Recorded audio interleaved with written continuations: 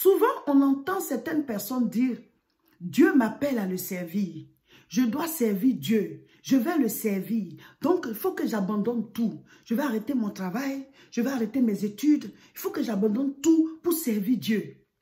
C'est comme si, pour servir Dieu, là, on doit forcément se déplacer ou bien on doit changer de statut. Quelque chose doit forcément se passer pour qu'on serve Dieu. Donc, il faut que j'arrête tout. Il faut que j'abandonne tout pour servir Dieu. Mais servir Dieu comment? Où? Pour faire quoi? Qu'est-ce qu'on fait au juste quand on sert Dieu? Et vous mangez quoi? Et vous vivez comment? Pour faire quoi? Ça dit, il y a des questions auxquelles Dieu doit d'abord répondre. Sinon, vous allez commettre des erreurs très graves. Oui, on est tous appelés à servir Dieu. Je suis appelé à servir Dieu. Dieu veut qu'on le serve. Mais Dieu pense d'abord à ta vie aussi, à toi. Il pense à toi, à ta vie. Donc, n'abandonnez pas tout comme ça. Juste parce que, j'ai reçu l'appel, je vais servir Dieu. Mais là, quand tu abandonnes tout, là, tu commences par quoi? Tu commences par quoi concrètement? Donc, on va prendre la parole de Dieu et on va donner les enseignements qu'il faut pour pouvoir aider plusieurs personnes. Parce qu'on a reçu des messages, voilà, de 2 jeunes gens. D'abord, un homme, ensuite une dame, voilà, qui sont des étudiants, presque en fin de cycle. L'autre, elle a encore du temps à faire, mais le monsieur, il a presque fini. Mais il veut tout abandonner parce qu'il dit qu'il veut servir Dieu. Mais qui t'a dit qu'en faisant des études, là, tu ne vas pas servir Dieu avec ça? Est-ce que Joseph, il prêchait? Joseph, il était administrateur de l'Égypte. Il n'était pas prédicateur, mais c'était son appel. C'était son appel. Vous comprenez? On n'est pas tous appelés à prêcher. Salomon, il était roi. David aussi était roi. Mais ce n'est pas des prédicateurs, mais c'était leur appel. Donc, vous devez comprendre votre appel. J'ai pris le cas, il y a Joseph d'Arimathée. Joseph d'Arimathée n'était pas prédicateur, il ne se promenait pas avec Jésus-Christ partout. Mais le jour qu'on a crucifié Jésus, c'est lui qui est venu demander le corps du Seigneur et qui a acheté une tombe et qui a mis Jésus dedans. C'était son appel. Vous comprenez? Et quand Dieu t'appelle, ça ne veut pas que tu dois tout de suite créer une église. Non. Il y a des gens qui sont des responsables de vision, comme les Moïse. Et il y a les Josué qui viennent pour aider les Moïse à agrandir la vision qu'ils ont. Toi, tu dois savoir qui tu es. Hein? Quand tu es appelé à être pasteur, là, tout le monde n'est pas appelé à créer église. Parce qu'il y a les Moïse, il y a les Josué, il y a les Aaron. Donc, ce n'est pas tout le monde qui crée église. Il y a des gens aujourd'hui qui souffrent parce qu'ils ne devaient pas créer église. Eux, ils devaient être des Josué, ils devaient être des Aaron pour aider Moïse. Les Moïse, c'est ceux qui ont une vision. Dieu les appelle à créer quelque chose de nouveau. Et ils te donnent la force pour ça. Vous devez comprendre tout ça. On ne sait pas tous les coups ici. Tout le monde n'est pas appelé à être pasteur. Et qui soutient l'œuvre de Dieu. Et qui intercède. Et qui s'occupe des veuves, des orphelins. Dieu doit te dire à quel poste tu vas le servir. Donc, posez toutes ces questions au Seigneur. Mais ne laissez pas d'abord ce que vous faites. Allez jusqu'au bout. On a besoin d'intellectuels, on a besoin des riches, on a besoin des hommes dans le milieu, des hauts cadres comme les Joseph d'Arimathée. On a besoin des gens dans toutes les couches, on a besoin des gens dans toutes les couches sociales. Amen. Sinon, Dieu veut qu'on le serve, mais on peut le servir partout. Et n'ayez pas un problème de conscience pour dire, comme je n'ai pas tout laissé. Non, ça c'est la chair. C'est la chair. Dieu ne va pas te faire des problèmes de conscience. Voilà, une boule dans le cœur. Tu te dis, comme je n'ai pas tout laissé pour servir Dieu, tu manges quoi en attendant? Dieu veut que tu vives. Hein? Tu dois prendre ta famille en charge. Tu dois assurer tes lendemains. Dieu a utilisé la verge. Il a dit à Moïse, qu'est-ce qu'il y a dans ta main? Et c'est cette verge-là, il a pas pour faire le miracle. Tes études, le niveau d'études que tu vas avoir, Dieu a besoin de ça comme une verge pour pouvoir sauver les âmes. Il y a des personnes, quand on les évangélise, elles se disent que c'est parce que vous n'avez pas un haut niveau d'études, ou bien c'est parce que vous êtes pauvres, vous êtes voilà, des rejetés de la société, des gens qui ne sont rien, c'est pour ça que vous avez cru en Dieu. Mais si toi, tu connais le domaine dans lequel il est, tu as appris des choses, mais si toi, tu es aussi intellectuel que la personne, et que tu lui parles de Jésus-Christ, le niveau, voilà, vous êtes au même niveau, la personne va commencer à croire. Parce qu'elle va plus se dire, c'est parce que tu es à tel niveau que tu crois pas en Dieu. Tu crois en Dieu. Vous comprenez?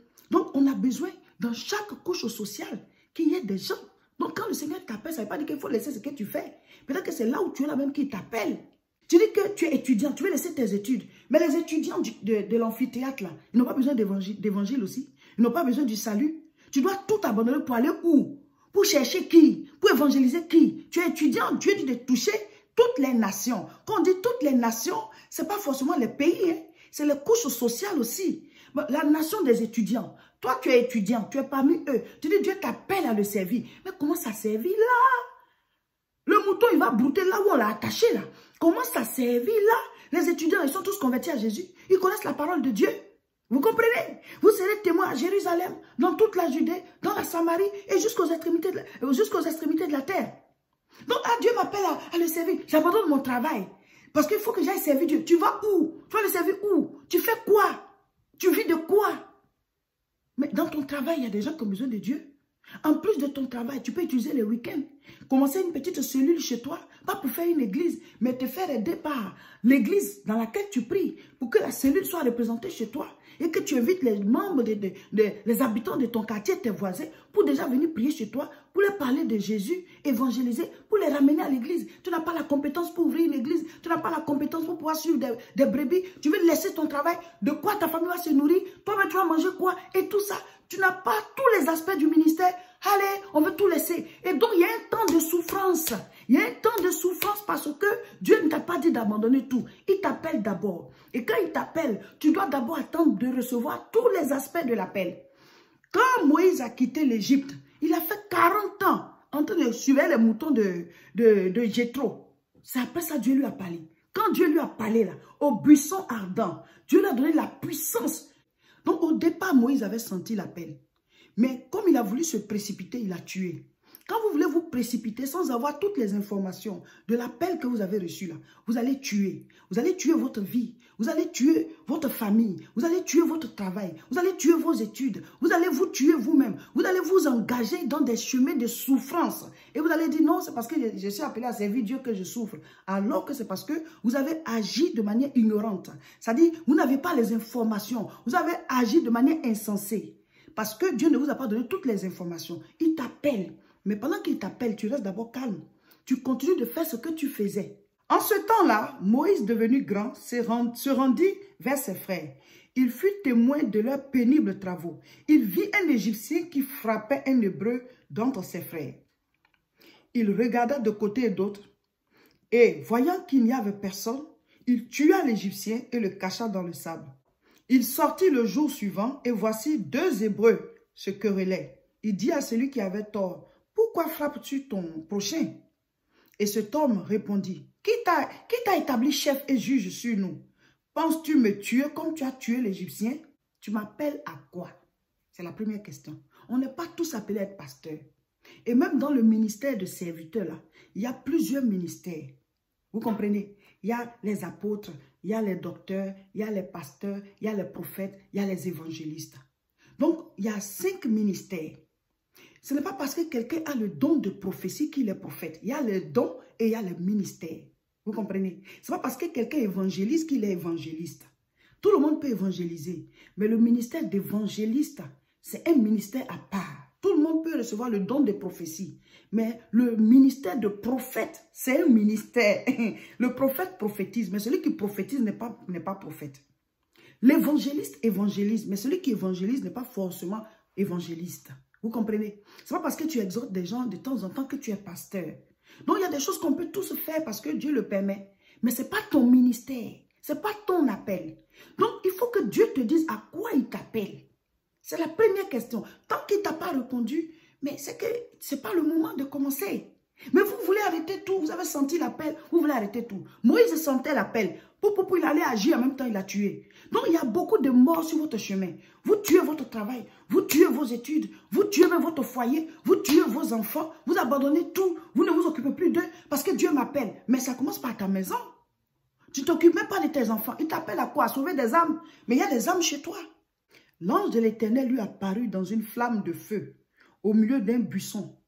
Moïse regarda et voici, le buisson était tout en feu et le buisson ne se consumait point. Moïse dit, je veux me détourner pour voir quelle est cette grande vision et pourquoi le buisson ne se consume point. L'Éternel vit qu'il se détournait pour... Bon, on peut lire après pour ne pas que ce soit long. Je lis maintenant verset 7. L'Éternel dit, j'ai vu la souffrance de mon peuple qui est en Égypte et j'ai entendu les cris que lui faut pousser les oppresseurs, car je connais ses douleurs. Je suis descendu pour le délivrer de la main des Égyptiens et pour le faire monter dans ce pays, dans un pays bon et vaste, dans un pays où coule le lait et le miel, dans les lieux qu'habitent les Cananéens, les Hétiens. Voilà. Verset 9, voici les cris d'Israël sont venus jusqu'à moi. Verset 10, maintenant va. Alléluia. Il dit maintenant. C'est-à-dire, il y a longtemps, il était appelé Moïse même. Maintenant. Il y a longtemps tu as reçu l'appel, hein, mais maintenant, après ta formation, Moïse est rentré en formation auprès de Jéthro. Jéthro qui est sacrificateur de Madian. Il est en même temps berger. Il avait une bergerie. Il avait besoin d'un adjoint berger, un adjoint aussi sacrificateur. Dieu envoie Moïse en formation pendant 40 ans auprès de Jéthro. Et Moïse, plus tard, il part et il dirige aussi Israël pendant 40 ans dans le désert. Mon frère, ma soeur, tu as pu diriger les moutons, tu as dirigé les hommes maintenant. Tu as fini ton stage. L'Éternel lui dit, qu'y a-t-il dans ta main? Il répondit, une verge. Le bâton qu'il prend pour diriger les moutons, c'est ça que Dieu va utiliser maintenant. L'Éternel lui dit, jette-la par terre. Il la jeta par terre et elle devint un serpent. Moïse fuyait devant lui. L'Éternel dit à Moïse, étends ta main et saisis le serpent par la queue. Il étendit la main et le serpent redevint une verge dans sa main. C'est là, dit l'Éternel, ce que tu feras afin qu'ils croient que l'Éternel, le Dieu de leur père, t'est apparu, le Dieu d'Abraham, d'Isaac et de Jacob. Alléluia. Moïse a reçu l'onction, la puissance, la direction et la mission. Voilà. Donc, c'est toutes ces questions-là qui n'étaient pas encore élucidées. C'est pour ça que Moïse a échoué. Et il n'avait pas reçu le revêtement, la puissance de Dieu pour l'accompagner. Il n'avait pas été formé. Quand tu n'es pas formé, tu vas déformer. Donc, Moïse, on prend son histoire pour vous expliquer. Quand tu sens l'appel, on t'a donné prophétie que tu as appelé. C'est normal, quelqu'un peut le dire. Mais il faut que toi aussi, tu reçoives la confirmation. Ou alors, ce que tu as reçu, il faut que quelqu'un d'autre confirme. C'est comme ça. Donc, tu as toutes ces confirmations, ce que tu as reçu, ce que quelqu'un a dit, ou bien ce que quelqu'un a dit, et puis ce que tu as reçu. Il ne faut pas te lever pour servir Dieu parce que quelqu'un l'a dit. Toi aussi, tu dois le recevoir. Donc, les deux ensemble, ça te permet de savoir que Dieu t'appelle. Ensuite, tu dois rentrer en formation. Formation ne veut pas dire que tu laisses ton travail. Non. Si tu es appelé, tu sens que d'abord, la première chose, c'est de savoir à quoi tu es appelé. Seigneur, donne-toi tout le temps. On n'est pas pressé. Tant qu'il s'il est pressé, il va te dire. Mais s'il ne te dit pas, c'est que tu es en formation. La formation peut être auprès de quelqu'un, ou bien ça peut être une formation, ben, tu es là, mais tu es en train d'être formé comme David. David, il était derrière les moutons là. Il n'est pas parti en formation en tant que tel, mais Dieu l'a formé là-bas avec les loups qui venaient pour manger les moutons, avec les ours, les lions, tout ça. Lui, il se battait avec eux. Donc, il a été formé parce qu'il devait être un guerrier, il devait combattre en tant que roi pour protéger son peuple. Vous voyez?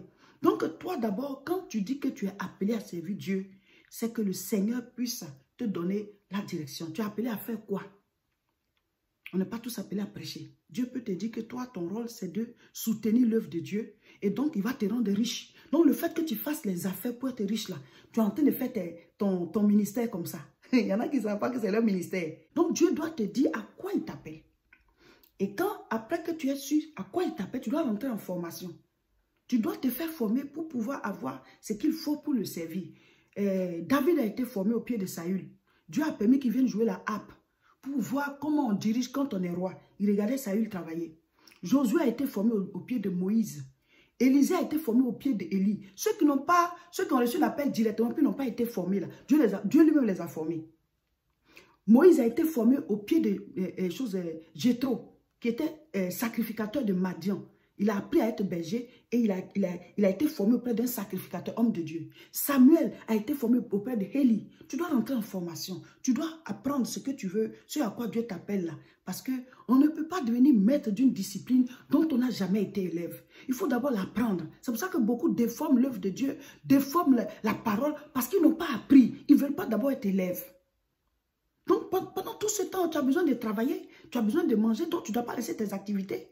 C'est de t'organiser pour faire les deux ensemble. Mais je suis appelé, je vais tout laisser pour partir. Tu vas où? Tu vas faire quoi? Tu commences par quoi? Voici un peu mes frères, mes soeurs. Quand tu es appelé, tu ne laisses pas ce que tu fais. Tu continues.